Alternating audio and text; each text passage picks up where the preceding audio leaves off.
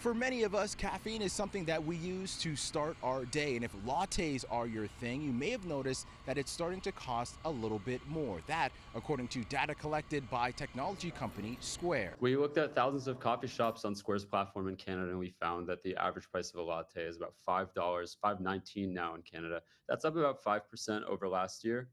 Now, that actually is outpacing the overall rate of inflation in Canada, which last month was posted to be about 2.7%. While the price of a latte has went up, here in Ontario isn't the most expensive place to grab a cup. So the highest price we found was in Yukon, where a latte was $6.50 on average.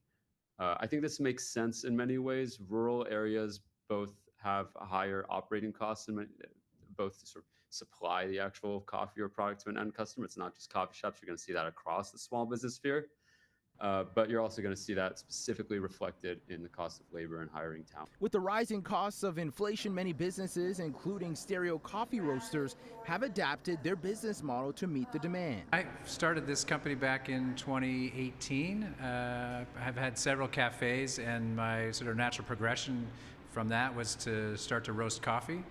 But I've been in coffee for about 20 years now, and I just wanted to get closer to the coffee sourcing and roasting and doing wholesale for cafes in Toronto. Polchi hasn't seen anyone get hot over an increase in the price of his roast, but also says maybe this increase isn't enough. I haven't seen anybody get upset about the price of a latte, and in my opinion, the price is still low. I think the price of a latte is one of the best deals out there, price of coffee in general. So, and I think it could go up more. I think it should go up more. I think we're around just over $5 on the average for a latte. I'd be happy to see it go up to $6 or $7. I think the problem is people only see the finished product and don't know all the work that's gone into making that coffee, particularly from farm to cup.